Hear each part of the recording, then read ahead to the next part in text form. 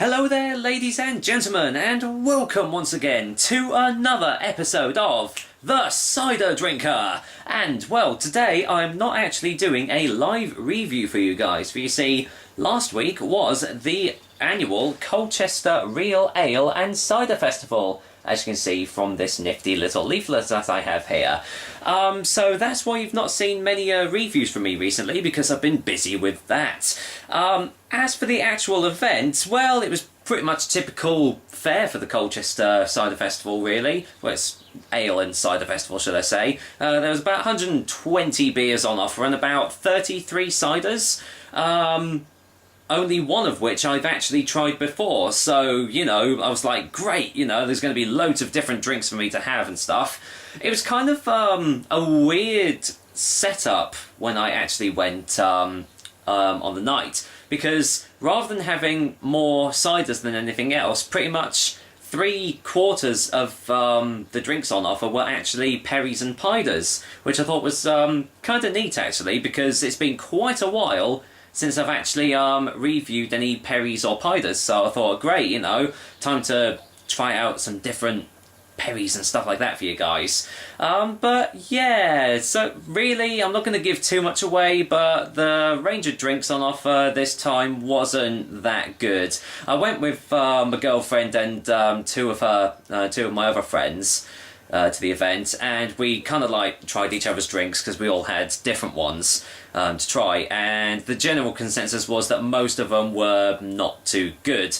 But you'll see that when I actually get round to letting you know of the drinks that I had on the night, as I'll be referring to the leaflet while they say, and I've also got my phone handy because I made some notes while I was there, because like an idiot I didn't use my camcorder. I really should have used my digital camera because I'd have felt more comfortable. I felt I'd have been a bit awkward just holding this massive handy cam up to my face doing reviews. I might have got some weird looks, so that's why I'm doing it. This sort of style, you know, like you could call me a cider critic today, I guess. Almost said cider cricket there. Funny.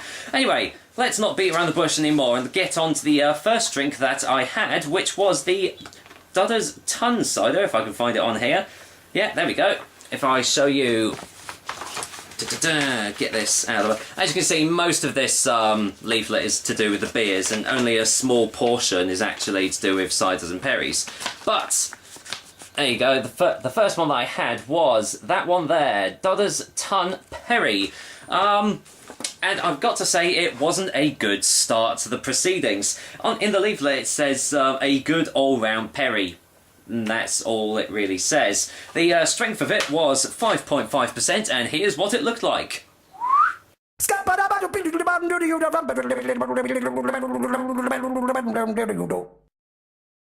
So, there we go, and you got to saw the glass as well. I didn't keep it this time because I wasn't that impressed with it, to be honest. Anyway, when I look at my notes, I don't even really need to look at them because I remember exactly how it tasted. I'm sure most of you, when you were at school, you came across a permanent marker or a highlighter, and you'd take the cap off and you get a whiff. That sort of smell was the taste of this perry.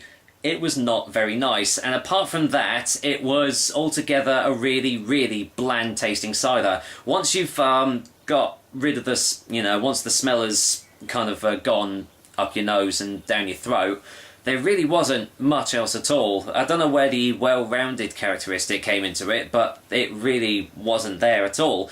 And my girlfriend and her friends actually completely agreed as well. It just wasn't that good at all. So I actually gave Dudder's Ton Perry a, well, kind of below average 4 out of 10. So if you see it at your local cider festival, then I would actually say give it a miss unless you like the taste of permanent marker. Anyway, on to the next cider. Sorry, just getting the old phony out here. Ah, yes. How could I forget this one?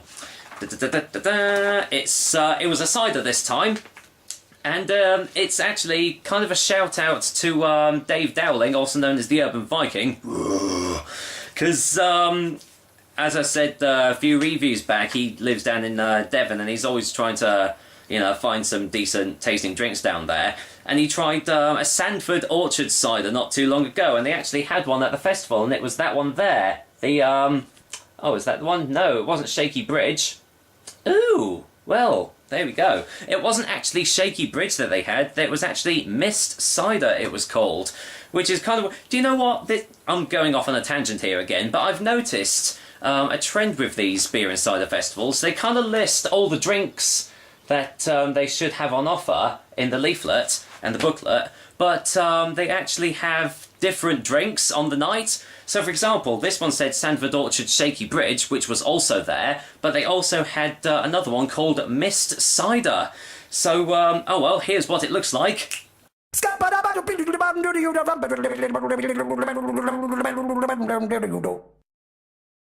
There we go, that's what it looked like. Nice looking drink, actually. Well, I don't know whether you'd agree or not, but I would easily say that it was the best drink of the night. So, David, if you're watching this, then keep a lookout for it, because it was easily the best drink of the night by a long shot, and everyone else agreed as well. It was only 4.5% in volume, but you know what? Sometimes the lower ABV drinks do, you know, taste really, really nice. And this was, it just had a really smooth, velvety texture to it. It was almost like you were just like drinking liquid, like velvet or something. But the really nice bit was that it had sort of an aftertaste of citrus oranges and a little hint of caramel as well, which doesn't sound good on paper, but when they actually combined, it was a really, really nice cider. And the good thing is the taste actually stayed with you, whereas with the Dudder's Tum Perry, the taste just went out the window as soon as it hit your lips. And I'm going to go and give Sandford Orchard's Mist Cider an 8 out of 10. If you see it, definitely give it a go. Moving swiftly on, is it actually in here? Probably not. Let's see, they do have a... No, they don't even have a specialty thing. That is so bad. I'm not even going to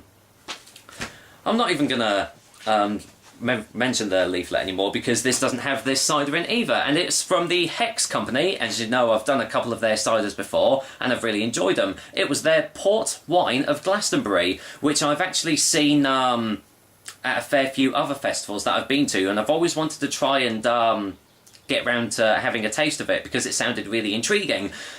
Came in at 7% in volume, and it was listed as a sweet tasting cider, so I went up to the big boys to finish off. But I will say that although I personally liked it, it's definitely a very acquired taste, because it definitely had very intense port notes to it, and a very almost kind of like robust, full-bodied flavour and texture about it. I will say though that the aftertaste was incredibly sour, so if you don't like your sour tasting ciders, then that one isn't going to be for you. Oh, and by the way, here's what it looks like. There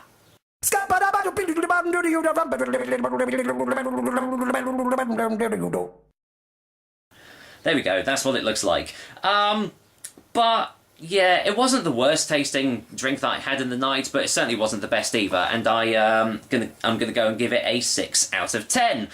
So yeah, middle of the road, nothing too fancy or anything, but I guess it's more the name that kind of draws yourself towards it. You know, ooh, port wine, you know, port wine and cider in a glass, but it didn't really, you know, hold out much for me anyway. Moving on, this one's actually in the leaflet this time. It's from the Wibblers Company, and I mainly got it for the actual name of it. It's Dengue Dry, and in the leaflet it says, if I can find it, Dengue Dry, no description available. Ha! Brilliant! Don't you just love it when you try to get a description of a drink and it doesn't have one? Anyway, this one came in at 6.7% in volume, so not quite as strong as the port wine of Glastonbury, and here's what it looked like.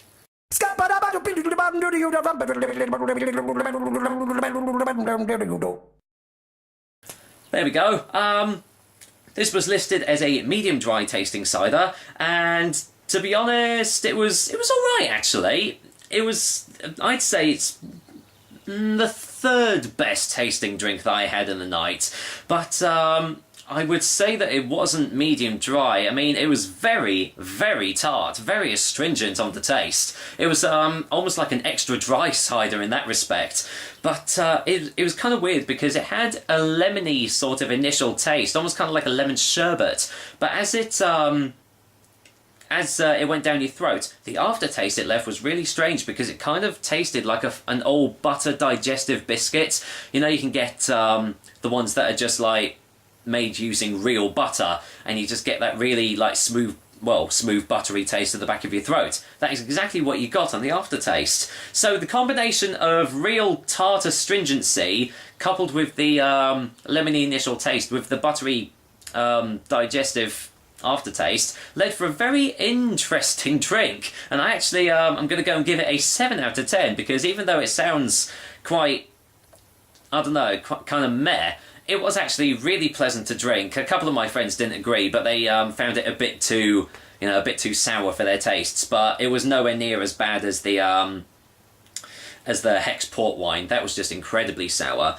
Anyway, we are on to the final drink, and I am sorry if I completely mispronounced this, because it's, as one of the bar staff said, oh god, that crappy French one. Oh no, he said that bloody French one, actually. And I'm just going to say it's a Rossico. Rossico? I think that's how he pronounced it. And it's actually called Rossico, and it's from Brittany, France.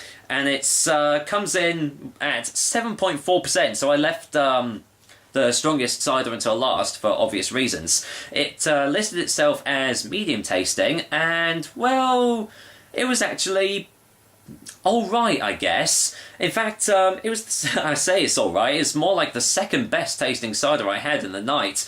And my friend that tried it completely agreed with me. My girlfriend didn't like it at all, but then it was kind of more like a wine sort of cider, because it had kind of sweet floral notes to begin with on the nose when I put my nose up to it. But again, it was a really, really smooth tasting cider, and you did definitely get real hints of red wine in the drink. Here's what it looks like, by the way.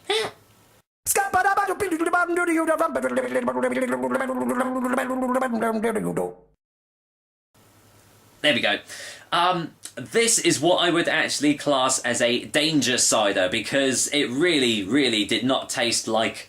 Oh, excuse me. It really didn't taste like 7.5%. Not at all. I would have said it would have been more like a 5%er, something not quite as strong as that. But yeah, if you like your wine-infused ciders, then this is one that I definitely recommend you look out for, and I give it a solid 8 out of 10 as well. So, yeah, I mean, the drinks that night weren't the best I've ever had, but there were some fairly decent ones there. I also tried a couple of others, but I didn't really do proper like tastes of it. I only had like little sips. There was the Waltzing Wasp, which I would say you just steer well clear of, because it just, well, I can't really describe the taste. It just kind of tasted like sourness. That's all I can really describe it as, but it just was not a nice tasting cider at all, and everyone else completely agreed with me.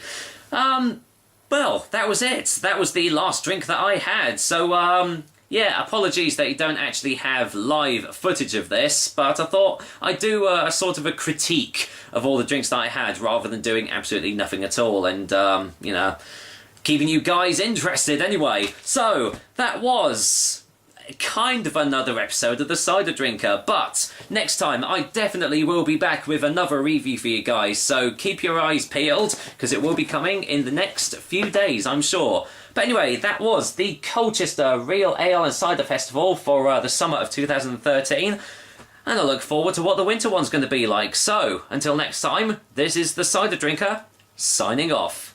Take care, guys.